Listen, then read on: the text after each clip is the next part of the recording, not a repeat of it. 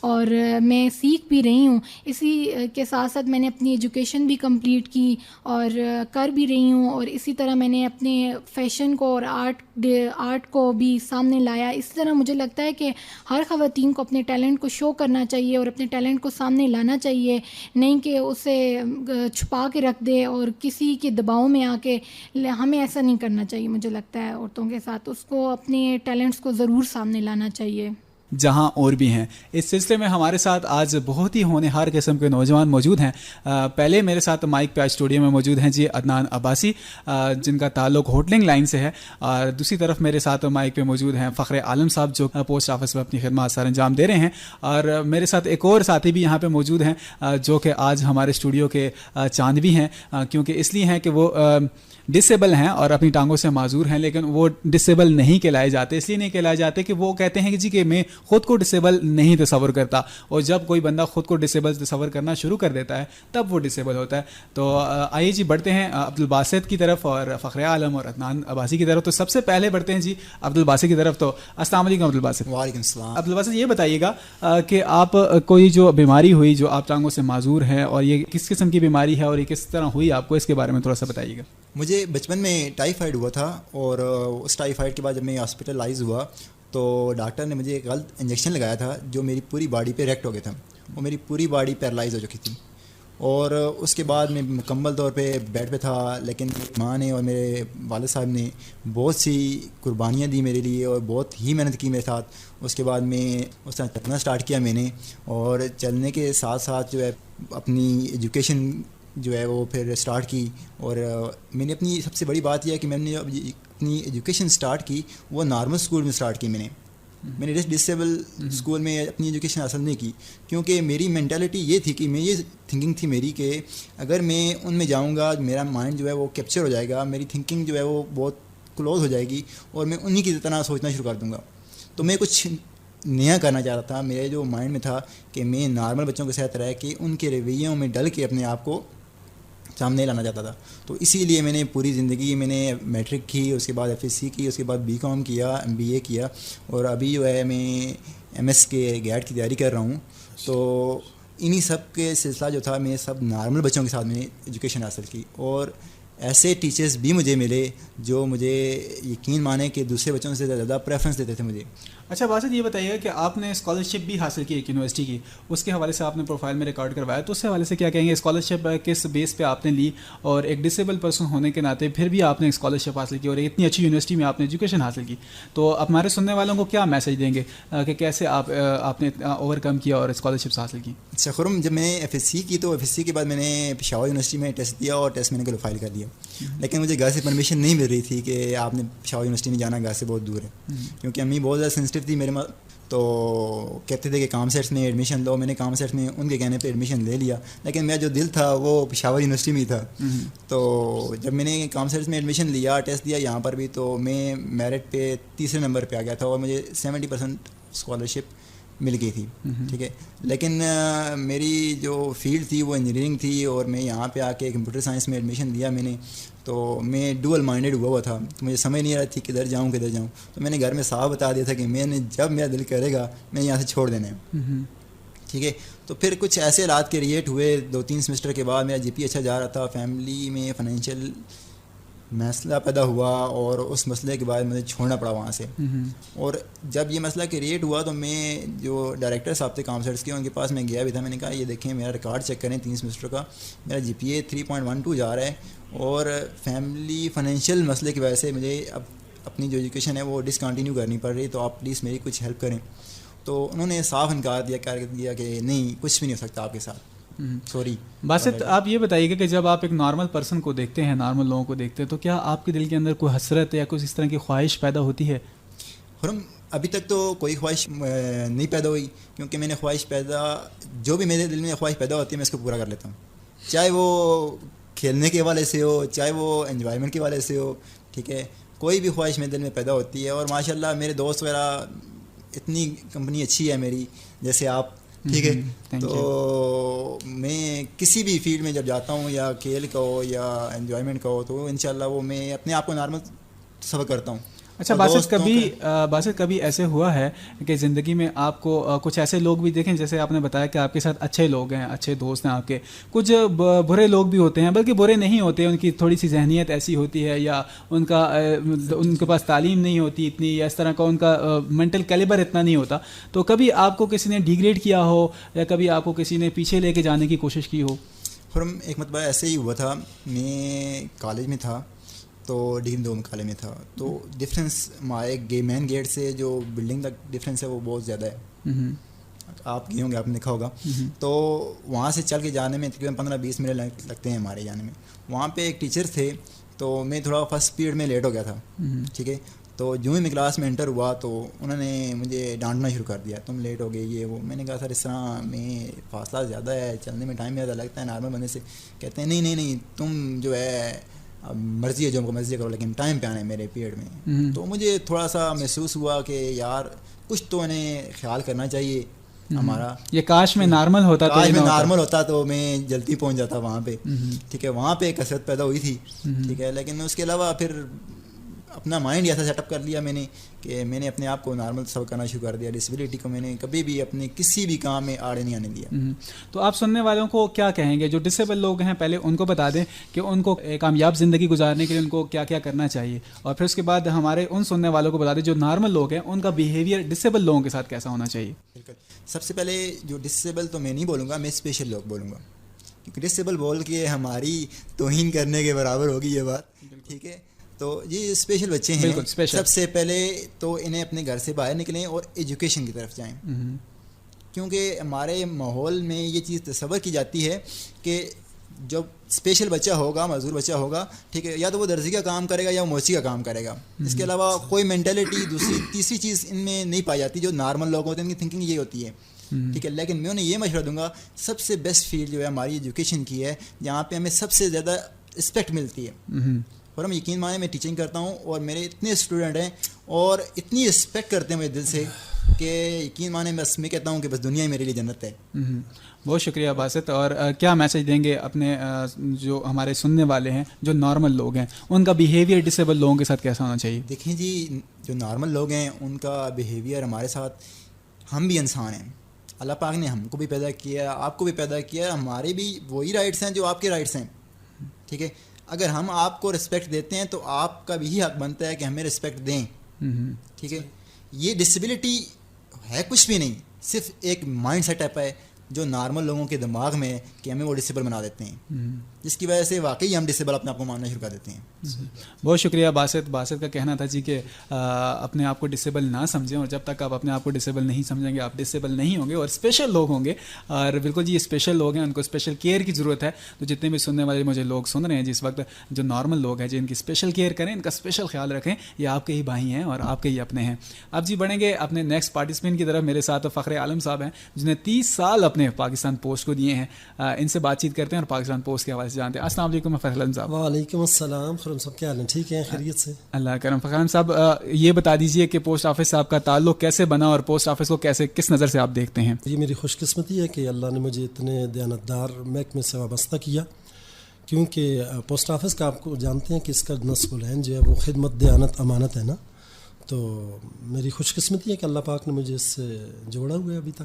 اچھا فخر عالم، آپ یہ بتائیے گا کہ آج کل جو ہے وہ پوسٹ آفس کا ایک بہت بڑی تاریخ ہے پوسٹ آفس کی. جس طرح پاکستان کی ایک بہت بڑی تاریخ ہے تو اس طرح پاکستان پوسٹ کی بھی بڑی تاریخ ہے. تو اس وقت جس وقت مواصلاتی نظام نہیں ہوا کرتے تھے، وہ جس وقت کسی قسم کا ٹیلی فون نہیں ہوتے تھے، انٹرنیٹ کی فیسلٹی نہیں تھی، تو خطوط اس کے ذریعے جایا کرتے تھے. ہمارے ریڈیو میں خطوط جو ہے وہ پوسٹ آفس کے تھرو آیا کرتے تھے اور بوریوں کے حساب سے ہم جو ہے خطوط پڑھا کرتے تھے. تو آپ یہ بتائیے گا کہ آج کل جو ہے وہ کم ہو چکا ہے اس کا رجحان، بہت سارے نجی ادارے آ چکے ہیں، نجی مواصلاتی نظام ہے، تو پوسٹ آفس کے اوپر کیسے اس کا اثر پڑا اور کس حد تک پڑا ہے؟ یہ لوگوں کی میں سمجھتا ہوں کہ غلط فہمی ہے. کوئی اثر نہیں پڑا. بے شک میڈیا آ گیا ہے، موبائل سسٹم ہے، سارا نجی کمپنیاں بھی آ گئی ہیں، لیکن میں سمجھتا ہوں کہ کوئی فرق نہیں پڑا. آج بھی پوسٹ آفس میں اسی طرح کام ہے، اسی طرح لوگ محبت سے آتے ہیں اور اسی طرح جو ہے اس کو ریونیو دے رہے ہیں. ہمارا ایک لفافہ جو ہے پاکستان میں، پورے پاکستان میں 8 روپے میں آپ جاتے ہیں، لیکن کسی کمپنی میں آپ کوئی چھوٹی سی چیز جیسے کارڈ ہے، یہ شناختی کارڈ بھیجتے ہیں تو 130 روپے آپ سے مانگتے ہیں. تو لوگ پریفر کرتے ہیں پوسٹ آفس کو. اسی طرح اور بھی جو ریٹس ہیں ہمارے بہت ان کمپنیوں سے بہت کم ہیں. تو بڑی محبت کرتے ہیں لوگ. ماشاءاللہ ریونیو بھی ابھی بہت آ رہا ہے, انکریز جا رہا ہے پوسٹ آفس کافی محکموں سے. آپ اگر بینکوں سے اس کا موازنہ کریں تو اس سے بھی بلوں کی مد میں, یوٹیلٹی بلوں کی مد میں ہم ان سے کافی آگے ہیں.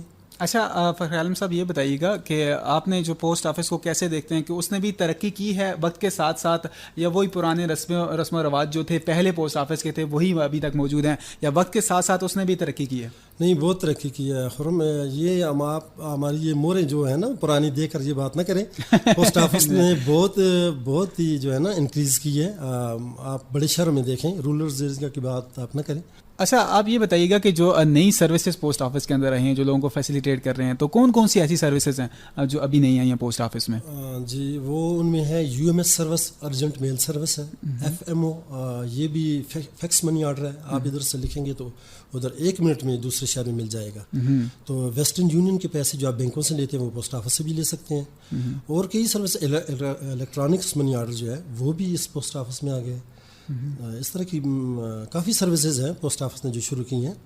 تو 24 گھنٹے کے اندر جو ہے آپ کو پورے پاکستان میں جو ہے وہ سروس مہیا ہوگی انشاءاللہ. اچھا, لوگوں کا جو بیہیویئر ہوتا ہے, لوگوں کا جو رویہ ہے, وہ پوسٹ آفس والے لوگوں کے ساتھ کیسے ہوتا ہے؟ آپ ایک پوسٹ مین ہیں تو کیا کہیں گے کہ کیسا رویہ ہوتا ہے لوگوں کا آپ کے ساتھ؟ خرم, اس میں بہت سے کیٹیگریز کے لوگ ہوتے ہیں. میں سمجھتا ہوں کہ بہت اچھے لوگ ہیں ہمارے ساتھ بنسبت بینکوں کے. ہمارے ساتھ پوسٹ آفس میں لوگ آ کر بیٹھتے ہیں اور گھر جیسا ماحول پیدا کرتے ہیں. اور رورل ایریا میں, شہر میں, تو بنسبت بینکوں میں آپ جاتے ہیں تو آگے سے وہ کھڑکی بند ہو جاتی ہے, گریل بند ہو جاتی ہے, سیکورٹی گارڈ کھڑا ہوتا ہے. ہمارے پاس جو ہے وہ 4 بجے تک لوگ آتے ہیں, بھائی صاحب یہ بل جمع کر لیں, تو ہم ان کے 4 بجے تک بل جمع کرتے ہیں. اور ایک دوستانہ ماحول میں ہم ایک گھریلو تعلق بنا ہوتا ہے, گھریلو تعلق ہوتا ہے. اور بڑی اچھی طرح مطلب لوگ ہم سے پیش آتے ہیں, بہت اچھی طرح. بہت شکریہ فخر عالم صاحب آپ کا قیمتی وقت ہمیں دینے کے لیے, اور اتنا اچھی ہمیں انفارمیشن دینے کے لیے. بہت شکریہ جی. اب جی بڑھیں گے اپنے نیکسٹ پارٹیسپینٹ کی طرف. جی میرے ساتھ یہاں پہ موجود ہیں جی عدنان عباسی, جنہوں نے جو ہے وہ ایف ایس سی کی ہے. اس کے علاوہ ہوٹلنگ لائن میں ان کا کافی ایک بہت بڑا ایک واسٹ ایکسپیرینس ہے. ناران کے بہت سارے ہوٹلوں میں کام کیا, لاہور کے بہت سارے ہوٹلوں میں کام کیا, ویل رینونڈ ہوٹلوں میں کام کیا, اور ابھی جو ہے وہ ایک بہت ہی زبردست قسم کا ایک ہوٹل ہے پاکستان میں, ایک اپنا نام و مقام رکھتا ہے, اس کے جنرل مینیجر ہیں عدنان عباسی. آئیے ان سے بات کرتے ہیں. عدنان یہ بتائیے گا کہ کیسے دیکھتے ہیں کہ ہوٹلنگ لائن کی طرف اسٹوڈنٹس کو آنا چاہیے, یا لوگوں کو آنا چاہیے یا نہیں آنا چاہیے؟ جی بالکل آنا چاہیے, کیونکہ میں آپ کو یہ بتاتا چلوں کہ ایبٹ آباد کے اندر جو یونیورسٹیز ہیں, ہزارہ یونیورسٹی, وہاں کے کئی اسٹوڈنٹس جو ہیں وہ ہمارے پاس آتے ہیں انٹرنشپ کرنے کے لیے. اس کے لیے ہوٹلنگ کی طرف رجحان اسٹوڈنٹس کا کافی بڑھ رہا ہے, کیونکہ آپ آل اوور دا ورلڈ دیکھیں, پوری دنیا میں ہوٹلنگ جو ہے, ہوٹلنگ انڈسٹری وہ پریفر کی جاتی ہے, اور خاص طور پہ پاکستان کو ہوٹلنگ کے لحاظ سے کافی ایک مقام حاصل ہے. اور ہمارا صوبہ جو کہ خیبر پختونخوا ہے, اس کو ہوٹلنگ کے حوالے سے ایک اللہ تعالیٰ نے ایک مقام دیا ہے. جیسے ہمارے ناردرن ایریاز ہیں, ایبٹ آباد سے آپ لے کے چلیں ناران تک, کافی ہوٹلز ہیں, اور کافی نامی گرامی ہوٹلز ہیں جن کے اندر نہ کہ پاکستان کے صرف گیسٹ آتے ہیں بلکہ فورن سے بھی آتے ہیں. اس میں آپ کے منسٹرز بھی آتے ہیں, فورن کے جو ایمبیسڈرز ہیں وہ بھی یہاں ٹریول کرنے کے لیے آتے ہیں.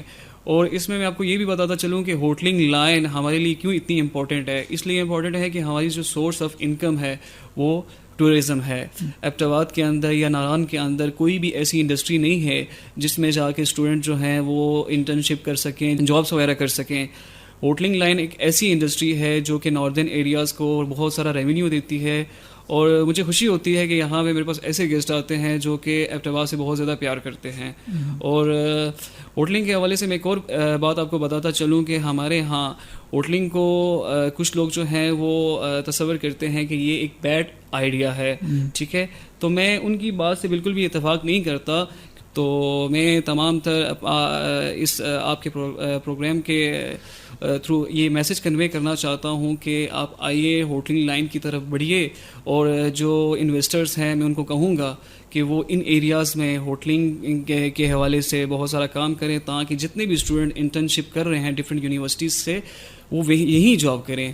کیونکہ دیکھنے میں یہ آیا ہے کہ جو یہاں سے انٹرنشپ کرتا ہے وہ یا تو دبئی یا تو ڈفرینٹ کنٹریز میں چلا جاتا ہے, تو وہ اپنا جتنی بھی ورکنگ ہے وہ سپلٹ کر دیتا ہے.